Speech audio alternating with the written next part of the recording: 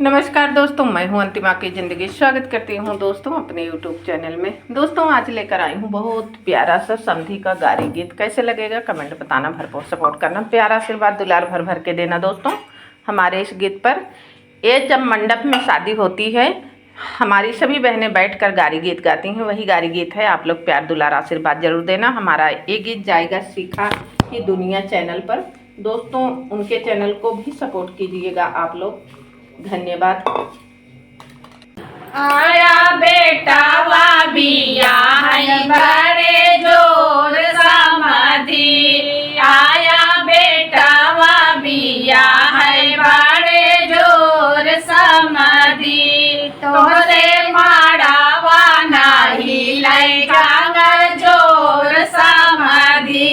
तोहसे माड़ावा नाही लैगा जोर समाधि। चादर चोर समाधि। तोहरे लाजिया ना लागई कामा जोर समाधि। पियले बाटा पोखर के पानी तोहरे धरले बाजो काम। पियले बाटा पोखर के पानी तोहरे धरले बाजो काम। कामा जोर समाधि। जागर चोर समाधि। तोहरे माड़ावा नाही लैगा जोर समाधि। तोहरे माड़ावा नाही लैगा जोर समाधि। आया बेटा वा बिया है बड़े जोर समाधि। आया बेटा वा बिया है बड़े जोर समाधि। समधि के अखिया की चढ़ तो लागत पाटी चढ़। समधि के अखिया की चढ़ तो लागत पाटी चढ़। कामा जोर समाधि। जागर चोर समाधि। तोहरे माड़ावा नाही लैगा जोर समाधि।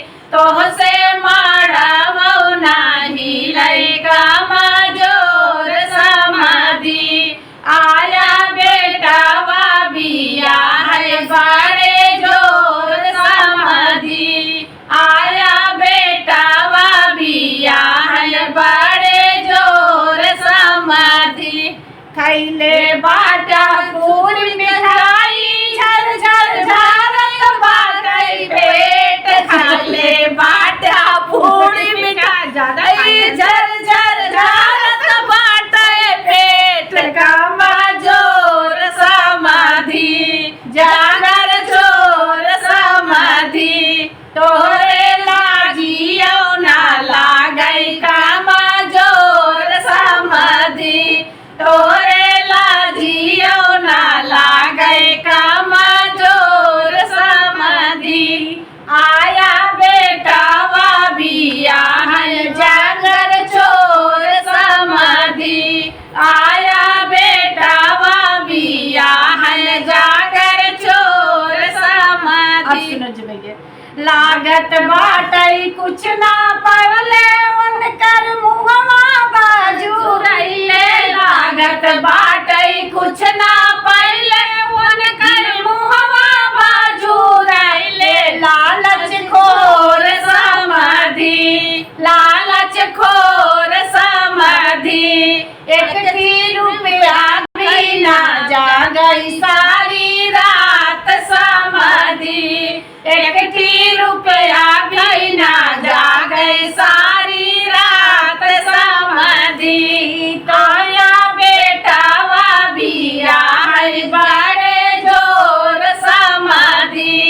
अनकर माड़ावा नाही लैगा जोर समाधि। उनसे माड़ावा नाही लैगा जोर समाधि। खैले बाटा से तू पिसाल फूलल बाटई होल कर गाल। खाए बाटा से तू पिसान फूलल बाटई होल ना गल। समय समधी अपने बहिनी से निजवा मई जो तो पेट समाधि अपने बहिनी से दबवा मई तो पेट समाधि जागर माड़वा नाही लई जागर चोर समाधि वन से माड़वा नाही लई जागर चोर समाधि वन के लाजियो ना लागे कामा जोर समाधि आया बेटा वा बिया है बड़े जोर समाधि आया बेटा वा बिया है बड़े जोर समाधि तैयारी कर ले जा रही जकरे जकरे बेटवा बिया होए। अरे नौ के परे भैया पहले से टाइम नौ के तैयारी करे बाटे ना हमरे भैया का सोच समझ के खाए पी के आ जाएगा। हाँ। यहाँ माड़ा गिला ले जा भैया। हाँ, अरे भैया। भैया हमारे जेका माड़ा गिला बना रेस्ट पहुंचता है। हाँ। अब तैयारी में जुटा तैयारी पे और का हाँ भाई कहूँ हम कमजोर न पड़ जाए ना तो फिर ऐसे गाड़ी जाए हाँ।